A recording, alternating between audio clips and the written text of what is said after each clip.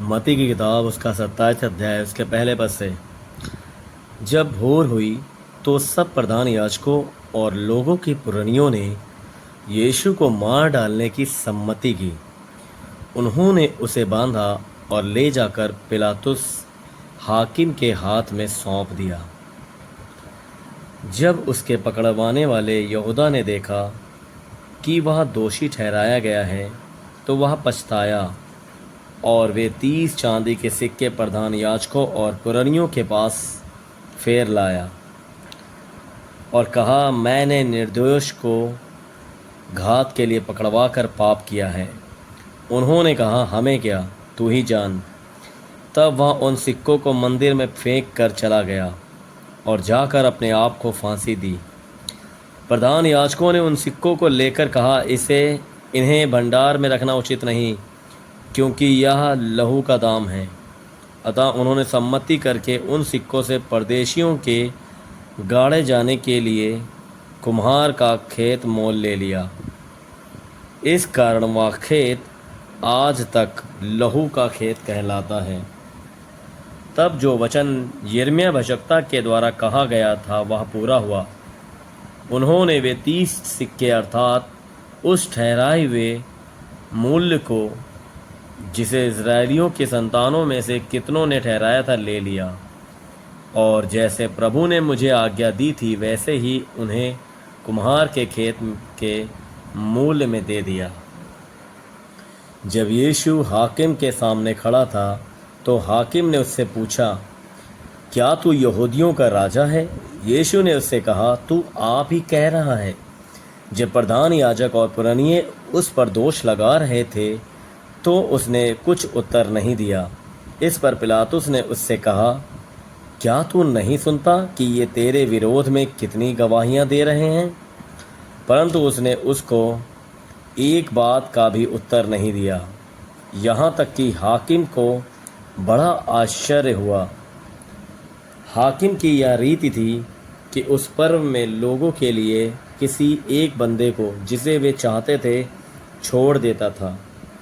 उस समय उनके यहाँ बरअब्बा नामक एक माना हुआ बंदी था। अतः जब वे इकट्ठा हुए तो पिलातुस ने उनसे कहा, तुम किसको चाहते हो कि मैं तुम्हारे लिए छोड़ दूं, बरअब्बा को या यीशु को, जो मसीह कहलाता है? क्योंकि वह जानता था कि उन्होंने उसे डाह से पकड़वाया है। जब वह न्याय की गद्दी पर बैठा हुआ था तो उसकी पत्नी ने उससे कहला भेजा, तू उस धर्मी के मामले में हाथ ना डालना, क्योंकि मैंने आज स्वप्न में उसके कारण बहुत दुख उठाया है। प्रधान याजकों और पुरनियों ने लोगों को उभारा कि वे बरअब्बा को मांग लें और यीशु का नाश कराएं। हाकिम ने उनसे पूछा, इन दोनों में से किसको चाहते हो कि मैं तुम्हारे लिए छोड़ दूं? उन्होंने कहा, बरअब्बा को। पिलातुस ने उनसे पूछा, फिर यीशु को जो मसीह कहलाता है क्या करूं? सब ने उससे कहा, वह क्रूस पर चढ़ाया जाए। हाकिम ने कहा, क्यों, उसने क्या बुराई की है? परंतु वे और भी चिल्ला कर कहने लगे, वह क्रूस पर चढ़ाया जाए।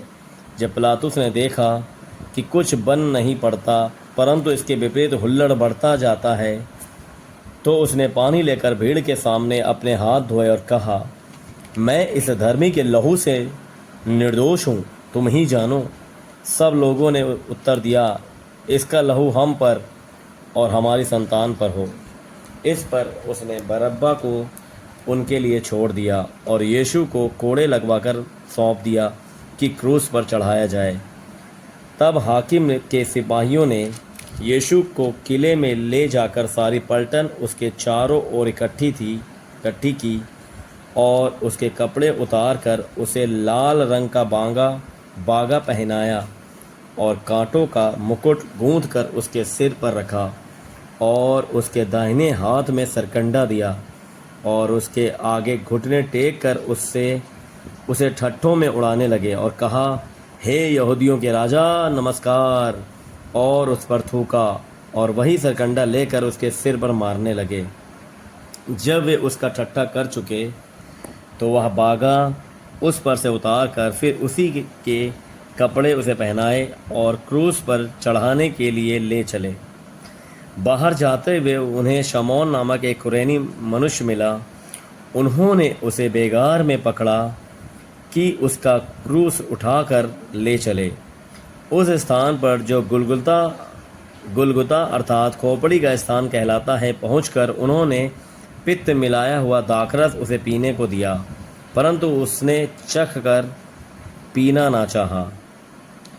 तब उन्होंने उसे क्रूस पर चढ़ाया और चिट्ठियाँ डालकर उसके कपड़े बांट लिए और वहाँ बैठकर उसका पहरा देने लगे और उसका दोष पत्र उसके सिर के ऊपर लगाया कि यह यहूदियों का राजा यीशु है। तब उसके साथ 2 डाकू एक दाहिने और एक बाएं क्रूस पर चढ़ाए गए। आने जाने वाले सिर हिला हिलाकर उसकी निंदा करते थे और यह कहते थे, हे मंदिर के ढाने वाले और 3 दिन में बनाने वाले, अपने आप को तो बचा। यदि तू परमेश्वर का पुत्र है तो क्रूस पर से उतारा। इस रीति से प्रधान याजक भी शास्त्रियों और पुरानियों समेत ठट्ठा करके कहते थे, इसने औरों को बचाया और अपने आप को नहीं बचा सकता। या तो इजराइलियों का राजा है, अब क्रूस पर से उतार आए तो हम उस पर विश्वास करें। उसने परमेश्वर पर भरोसा रखा है। यदि वह इसको चाहता है तो अब इसे छुड़ा ले, क्योंकि इसने कहा था मैं परमेश्वर का पुत्र हूँ। इस प्रकार डाकू भी जो उसके साथ क्रूसों पर चढ़ाए गए थे उसकी निंदा करते थे। दोपहर से लेकर तीसरे पहर तक उस सारे देश में अंधेरा छाया रहा। तीसरे पहर के निकट यीशु ने बड़े शब्द से पुकार कर कहा, एली एली लमा शबक्तनी, अर्थात हे मेरे परमेश्वर तूने मुझे क्यों छोड़ दिया। जो वहाँ खड़े थे उनमें से कितनों ने यह सुनकर कहा, वह तो एलिया को पुकारता है। उनमें से एक तुरंत दौड़ा और स्पंज लेकर सिरके में डुबोया और सरकंडे पर रखकर उसे चुसाया। औरों ने कहा, रह जाओ, देखे एलिया उसे बचाने आता है कि नहीं। तब यीशु ने फिर बड़े शब्द से चिल्लाकर प्राण छोड़ दिए और देखो मंदिर का पर्दा ऊपर से नीचे तक फटकर 2 टुकड़े हो गया और धरती डोल गई और चट्टानें तड़क गईं और कब्रें खुल गईं और सोए हुए पवित्र लोगों के बहुत से शव जी उठे। और उसके जी उठने के बाद वे कब्रों में से निकलकर पवित्र नगर में गए और बहुतों को दिखाई दिए। तब सूबेदार और जो उसके साथ यीशु का पहरा दे रहे थे भूकंप और जो कुछ हुआ था उसे देखकर अत्यंत डर गए और कहा, सचमुच यह परमेश्वर का पुत्र था। और वहाँ बहुत सी स्त्रियाँ जो गलील से यीशु की सेवा करती हुई उसके साथ आई थी दूर से यह देख रही थी। उनमें मरियम मगदलिनी और याकूब और योसेस की माता मरियम और जब्दी के पुत्रों की माता थी। जब सांझ हुई तो यूसुफ नामक अरिमतिया का एक धनी जो आप ही यीशु का चेला था आया। उसने पिलातुस के पास जाकर यीशु का शव मांगा। इस पर पिलातुस ने दे देने की आज्ञा दी।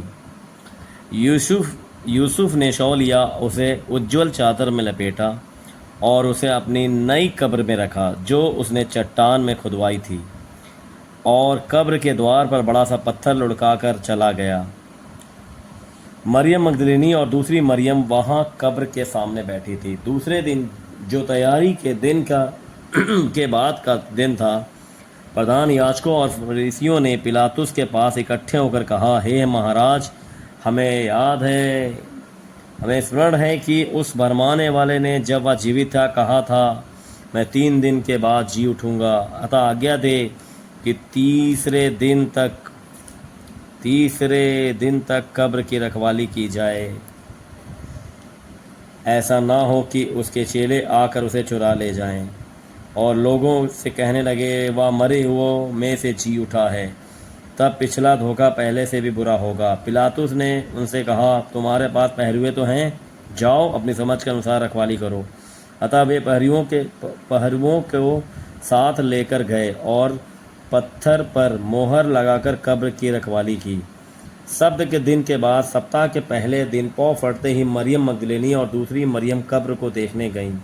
और देखो, एक बड़ा भूकंप हुआ, क्योंकि प्रभु का एक दूत स्वर्ग से उतरा और पास आकर उसने पत्थर को लुढ़का दिया और उस पर बैठ गया।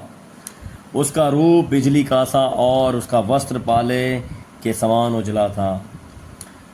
उसके भय से पहरुए कांप उठे और मृतक के समान हो गए। स्वर्गदूत ने स्त्रियों से कहा, मत डरो, क्योंकि मैं जानता हूँ कि तुम यीशु को जो क्रूस पर चढ़ाया गया था ढूंढती हो। वह यहाँ नहीं है, परंतु अपने वचन के अनुसार जी उठा है। आओ यह स्थान देखो जहाँ प्रभु पड़ा था, और शीघ्र जाकर उसके चेलों से कहो कि वह मृतकों में से जी उठा है, और वह तुमसे पहले गलील को जाता है, वहाँ उसका दर्शन पाओगे। देखो, मैंने तुमसे कह दिया है। वे भय और बड़े आनंद के साथ कब्र से शीघ्र लौटकर उसके चेलों को समाचार देने के लिए दौड़ गईं। तब यीशु उन्हें मिला और कहा, सलाम। उन्होंने पास आकर और उसके पांव पकड़कर उसको दंडवत किया। तब यीशु ने उनसे कहा, मत डरो, मेरे भाइयों से जाकर कहो कि गलील को चले जाएं, वहाँ मुझे देखेंगे। वे जा ही रही थी कि पहरुओं में से कुछ ने नगर में आकर पूरा हाल प्रधान याजकों से कह सुनाया।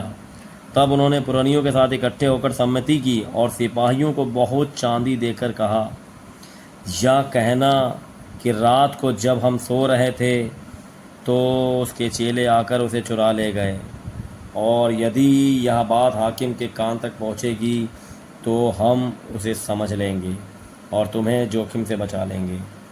अतः उन्होंने रुपए लेकर जैसा सिखाए गए थे वैसा ही किया, और यह बात आज तक यहूदियों में प्रचलित है। 11